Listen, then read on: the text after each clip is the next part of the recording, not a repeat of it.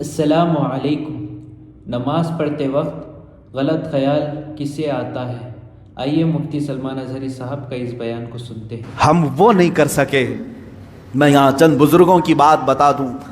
اللہ والے کیا دنیا میں انہوں نے کچھ حاصل نہیں کیا؟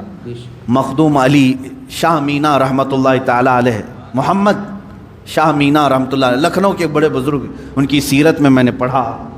جانتے ہیں عبادت بھی کیسے کرتے تھے؟ اللہ اکبر، رات کے وقت کھلی دیوار جو ہوتی، کمپاؤنڈ جیسے ہوتا ہے دیوار کے اوپر کھڑے ہو جاتے تھے، عبادت کے لیے کھڑے ہوتے تھے، ادھر بھی نیچے ادھر بھی نیچے، بیچ میں دیوار ہے، کھڑے کھڑے عبادت کرتے تھے رات تک۔ لوگ کہتے کہ حضور مسجد ہے، نیچے صحن ہے، آرام سے کریں۔ کہتے جب آرام ملتا ہے تو نیند آ جاتی ہے، آرام ملتا ہے تو نیند آ جاتی ہے۔ میں دیوار پر کھڑا ہوتا ہوں اور رات کو نیند آتی ہے تو کبھی کبھار دیوار سے گر جاتا ہوں۔ تو کہا گر جاتے ہیں پھر بھی کھڑے ہوتے ہیں؟ کہا ہاں، جو جسم غافل ہوگا اس کی سزا یہی ہے کہ وہ دیوار سے گرایا جائے۔ جو اپنے مولا سے غافل ہو اس کی سزا یہی ہے کہ اسے گرایا جائے۔ یہ اللہ والے تھے جو لمحے بھر کے لیے غافل ہوتے تو اپنی جسموں کو سزا دے دیتے تھے۔ حضرت سیدنا ابو بکر شبلی رحمۃ اللہ تعالیٰ علیہ، یہ ہمارے سلسلہ قادریہ کے بڑے بزرگ ہیں۔ بحر شبلی شیر حق دنیا کے کتوں سے بچا، ایک کارک عبد واحد بے ریا کے واسطے۔ ہم شجرہ میں پڑھتے ہیں ان کا نام، حضرت ابو بکر شبلی رحمۃ اللہ علیہ، بغداد شریف کے بزرگ ہیں۔ سیدنا امام اعظم ابو حنیفہ رضی اللہ تعالیٰ عنہ کے پڑوس میں دفن ہیں۔ آپ جب رات کو ذکر الہی کے لیے کھڑے ہوتے یا عبادت کے لیے کھڑے ہوتے، ایک مرتبہ ایسا ہوا کہ آپ کو جھپکی آئی، نیند آئی۔ یہاں تو لوگ رات تو چھوڑیں جمعہ میں سوتے ہیں، بہت سارے لوگ تو جمعہ میں اپنی نیند کمپلیٹ کر کے آتے ہیں، پتہ ہی نہیں چلا کہ امام کب کھڑا ہوا، اقامت کب ہوئی، خطبہ تو پورا نیند میں چلا گیا۔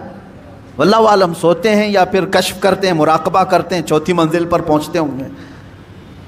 عزیزان گرامی، یہ وہ دل سوتا ہے جسے اپنے رب تعالیٰ کی طرف توجہ نہیں ہوتی۔ وہ آیا ہے رسم ادا کرنے کے لیے، وہ آیا ہے لوگوں کے دکھاوے کے لیے۔ دل کی توجہ اور دل کی حضوری ہو تو نیند کہاں کی۔ حضرت ابو بکر شبلی رحمۃ اللہ تعالیٰ علیہ رات کے وقت جھپکی آ گئی، تھوڑا سا اونگ آئی، کیا کیا جانتے آپ؟ وہ کھڑے ہوئے۔ پہلی مرتبہ رات میں ایسا ہوا کہ مجھے اونگ آ گئی، کیسا ہوا؟ اس کے بعد گئے، سرما لگانے کی سلائی لے کر نمک میں پھیرا اور نمک پورا آنکھوں میں لگایا۔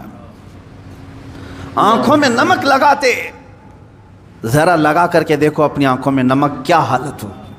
سیدنا ابو بکر شبلی رحمۃ اللہ علیہ کی آنکھوں سے خون رستا تھا، خون رستا تھا، ٹپکتا تھا، اور اسی حالت میں وہ عبادت کرتے تھے۔ لوگوں نے پوچھا کیا یہ اس طرح سے کرنا صحیح ہے آپ کا؟ اپنی آنکھوں کو آپ نے نمک میں ڈال دیا۔ وہ ہنستے تھے، کہا یہ غافل آنکھوں کی تو بہت چھوٹی سزا ہے، بہت چھوٹی سزا ہے کہ میں نے نمک پھیر دیا۔ اگر اسی طرح زندگی بھر غافل رہی تو اس میں تو آگ کی سلائیاں پھیری جائیں گی، آگ کی سلائیاں پھیری جائیں گی، میں تو نمک پھیر رہا ہوں۔ عزیزان گرامی، وہ کہا کہاں ہو تم، کس جگہ پر کھڑے ہو؟ آج اپنا مقصد زندگی کو تو سمجھ لو، مجھے کیوں پیدا کیا تھا رب تعالیٰ؟ کیا اسی لیے کہ لوگوں کے تانے، لوگوں کو کی جاسوسی میں اپنی پوری زندگی گزار دوں؟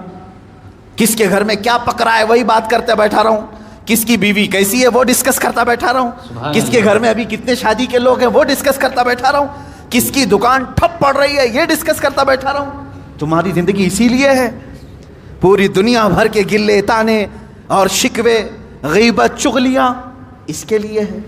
میرے عزیزو، اپنی زندگی کا مقصد سمجھو، اور آج کے بعد یہ طے کر لو کہ میں دکان میں ہوں کہ مکان میں ہوں کہ راستے پر ہوں، لوگوں کی عیب جوئی کرنے سے بہتر ہے کہ میں اللہ کو سبحان تو کہوں، میں کہوں سبحان اللہ سبحان اللہ سبحان اللہ ما اعظم شانک، اے اللہ تو کتنا بلند ہے، تیری شان کتنی بڑی ہے۔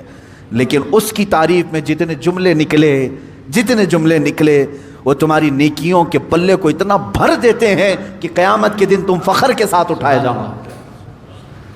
اپنے ان اوقات کو فضولیات میں نہ برباد کرو، فضولیات میں نہیں۔ اب آخری بات میں یہ عرض کر دوں، سیدنا عمر فاروق رضی اللہ تعالیٰ عنہ کی ایک وصیت مجھے یاد آتی ہے۔ دنیا میں ہم جو کچھ بھی کر لیں یہ یہیں رہ جائے جتنا بھی ہوں. آپ نے 2 وصیتیں کی تھی اپنے انتقال سے پہلے. کہا میری قبر چھوٹی بنانا، بس بہت زیادہ لمبی چوڑی نہیں، چھوٹی سی، اتنی کہ ایک کروٹ بھی نہ ہو، چھوٹی قبر بنا کر کے مجھے دفن کرنا. دوسری وصیت، مجھے سادہ سا کفن کپڑا دینا، عام لباس میں مجھے دفن کر دینا، کفن دینا. جبکہ حدیث پاک میں ہے، حضور صلی اللہ علیہ وسلم نے فرمایا کفنوا موتاکم باحسن اثوابکم، اپنی میتوں کو اچھے سے اچھا کفن دو. جتنا وہ عید بقرعید میں قیمت کا کپڑا پہنتے تھے اتنی قیمت کا کپڑا انہیں کفن میں دو. یہ مسئلہ ہے. عمر فاروق رضی اللہ تعالیٰ عنہ کی وصیت، یہ ان کا تقوی ہے. فرمایا چھوٹی قبر میں مجھے دفن کر دو، سادے کفن میں مجھے ملبوس کر کے دفن کر دو. پوچھا گیا لوگوں نے آپ سے کہ ایسا آپ کیوں فرما رہے ہیں؟ توجہ چاہتا ہوں، یہی 2 چیزیں ہمیں ہمارے مقصد تک لے جا سکتی ہیں.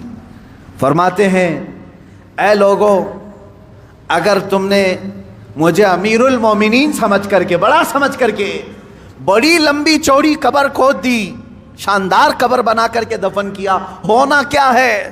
تم دفن کر کے ادھر جاؤ گے، اگر میرے اعمال میں ایک بھی عمل میں پکڑا گیا تو یہ تو پوری چوڑی قبر بھی دبا کر کے میری ہڈی پسلیاں توڑ دے گی، دیواریں دبائیں گی. کیونکہ حدیث پاک میں ہے وقتۃ القبر حق، قبر کا جھٹکا دینا حق ہے، ہر ایک کے ساتھ ہوگا.